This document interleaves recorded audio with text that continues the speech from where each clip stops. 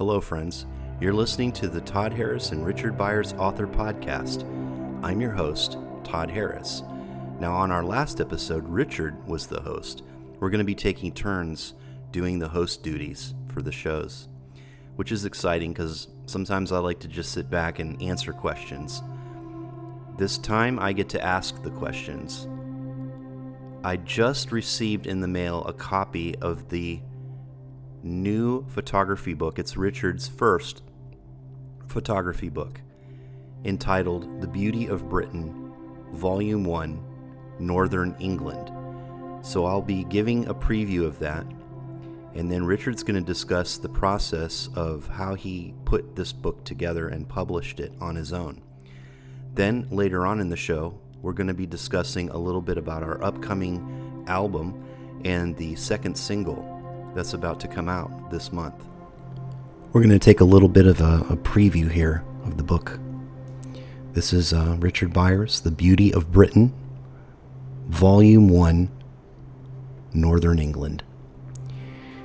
And it's a hardcover book, very wonderfully assembled.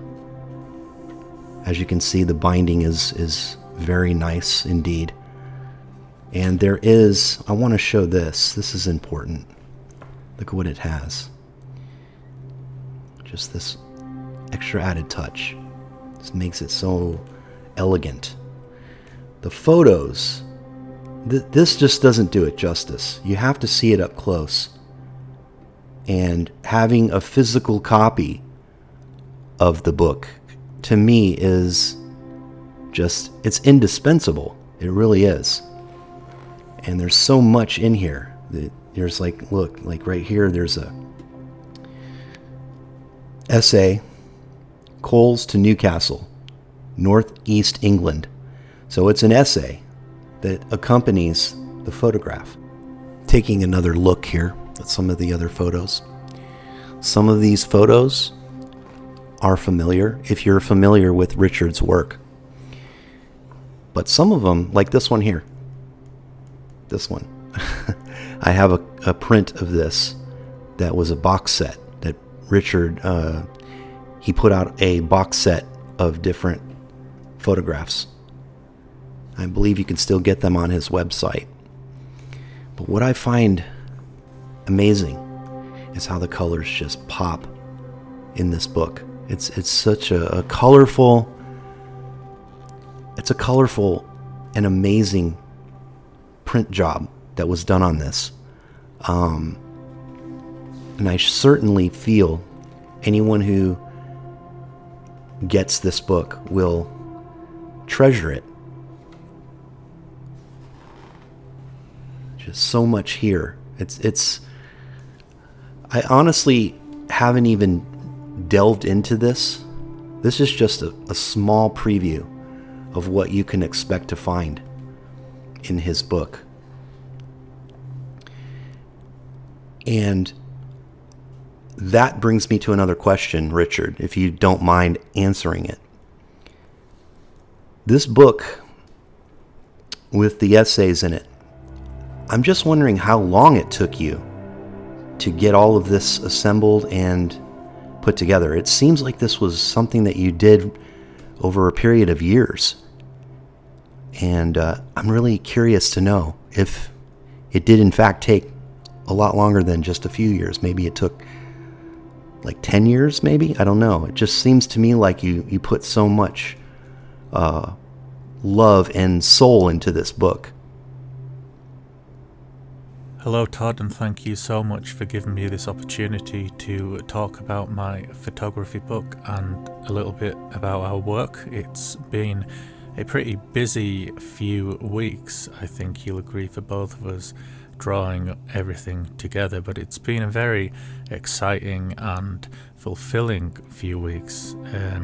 So I'm very keen to share a little bit more about the book. And firstly, a huge thank you to yourself and everyone who's supported this project. I think it's something that I came to with quite a lot of fear at first. It was uncharted territory, really, and when you go through something like that as an artist, there's always an initial fear that it may totally flop, and no one wants, of course, that to happen. But thankfully, it really turned out better than expected in terms of its popularity, which of course is a great thing. In terms of the production quality, you mentioned the picture quality and the paper quality. I was particularly keen, of course, as a photographer, to get the best look possible to represent my images. And I've seen a lot of photography books, and they generally, well, they're quite a mixed product. They can look amazing or they can look substandard, and that isn't a representation of the photographer's work, but more usually a representation of the publication and printing quality.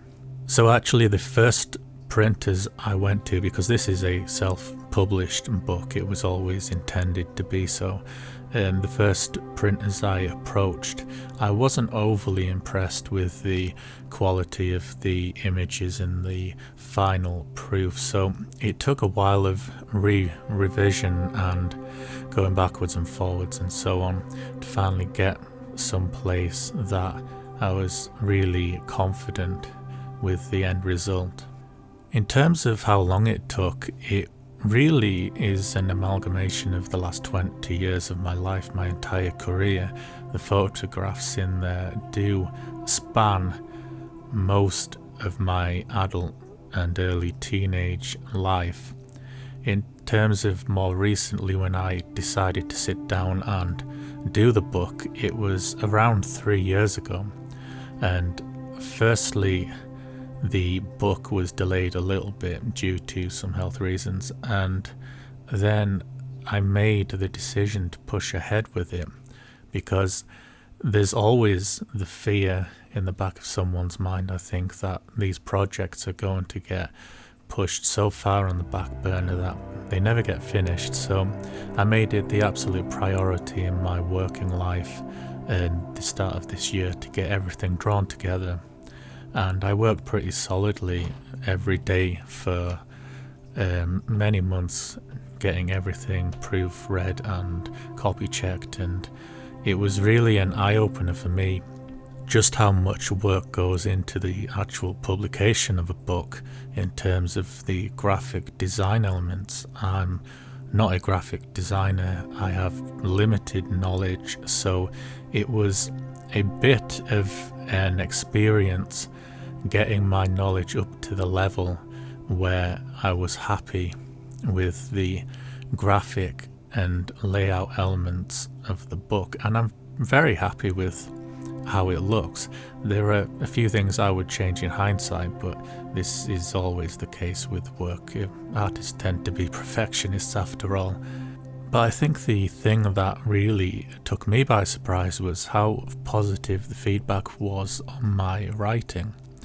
And I have some journalist background, I have some writing background, but not a great deal. I wouldn't consider myself an author like yourself by any stretch of the imagination. So I was quite nervous as to what people's reception would be of my writing and the essays, especially as I decided to make the photography book not just images but a series of essays to go along with the pictures themselves.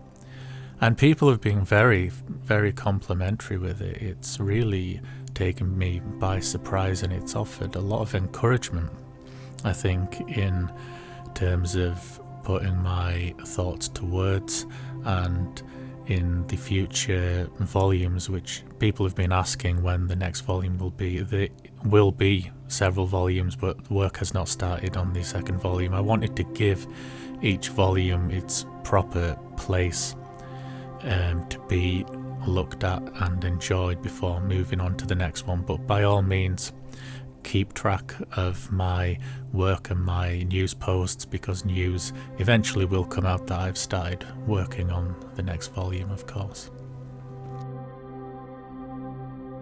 That's fantastic, Richard. You can get Richard's new book online at www.richardbyersphotography.com. Now, moving along, we're going to discuss a little bit about our upcoming collaborative album. Richard and I have been collaborating together for the past year through Messenger. I sent him my unfinished novel, pieces of it, and then he decided that he wanted to write music to it. And so we've been collaborating back and forth, sharing ideas, and also just getting to know each other. And that's been incredible. Even though we're not in the same room doing the project, it feels like we are, because it's just so easy to work with Richard. I have worked with other people in various, stages of, things like an album I did a few years back, and there's some other projects that I've done, and they weren't as, I have to say, I wasn't as involved in those. I was kind of just there, and I was, like these younger kids now say, I was vibing. But with this project, I have my hands involved in the whole process with Richard.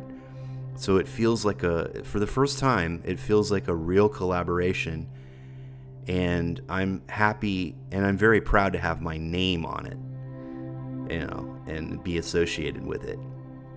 This track that we are releasing this month is called Cotillion Death Waltz and the Molosovs, which is a lengthy name, but I had to come up with something that was, something that could describe what you're about to hear when you hear this. It's a 19-minute track.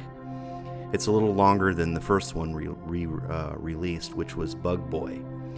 So I'd like to ask Richard, though, what was your inspiration for the music? Because when I heard it, I heard so many influences in there, and I'd like to see if I was right, or at least I was, kind of close to to the right answer. But could you explain how you came up with that, and then also just your process for writing music for a song or a track like this, where it's a narration and not really lyrics? I've been particularly keen to discuss the Cotillion Death Waltz track with our viewers, and I think it's because it's, to my mind, the most complex and difficult track I worked on for this entire album, musically speaking. The passage that you read within it has so much impact, I feel, that it really needed the correct level of attention to do the narration justice. And the chapter reading, I think, is unique in that it has so much energy and movement. And to translate that into music without overwhelming the words is again something difficult. I think we discussed this in one of the previous episodes where I mentioned it was always a balancing act to complement the narration and never try and overtake it, never try and fight it. In an audio track, there's so many elements going on.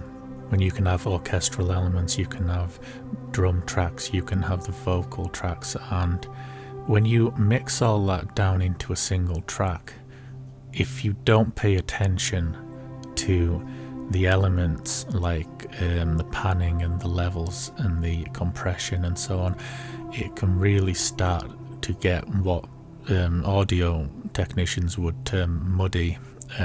That's not a technical term, of course, but it basically means the track has just too much going in that the ears no longer can pick out the individual elements in a definite way. So I took the decision to draw on my previous experience as an electronic music producer. I actually started out producing upbeat techno tracks, mixing with electronic and ambient influences, and I added more of an upbeat feel to the track, even though it isn't necessarily a fast tempo track. when you add the drum elements in there, it gives it a rhythmic pacing that matches the dancing and the twirling and the movement that's mentioned within the words. And then in the finale of the track, I don't want to spoil for your viewers who haven't yet heard it, which of course will be just about everyone but ourselves. I wanted to do something that really built up a lot of tension and a lot of movement for the final impact that comes in the words. And at that point in the words, of course, there is a pretty big impact in terms of what you're talking about to the storyline. So I took the end of the track to a pretty much climax, which is quite common in post-rock and instrumental music and a lot of cinematic soundtrack music that's on the heavier side. And I think I would have to agree that it's probably my personal favourite track of the entire album too. I think it's a strong contender and I'm pleased that it's being released as a single. I really hope that it's as well received as the previous single. I'm sure it will be. I'm pretty confident people will love it. So I'm very keen to hear everyone's feedback and their thoughts on our new work. That's incredible, Richard. Absolutely. I'm so thrilled to be working with you on this record, and I can't wait for people to hear the results. We're also working on a video for Cotillion Death Waltz. Now, the video is going to be shot here in Memphis, and I'm working on that. Actually, this week, I'm going to start working on that video with my studio engineer, and we're going to see what we can come up with. But we have some ideas for a video, and I think it's going to be something that's really cool and interesting to accompany this second single release. So if you buy the single on Bandcamp, you're going to also be able to get the video that goes with it, which is, I think it's a cool little extra. So with that being said, we're going to close for now, and we'll be back. As soon as the single drops, probably later in the month, we'll come back with another episode and discuss the next phase of the project, as well as just anything else that we can come up with. Thanks for listening.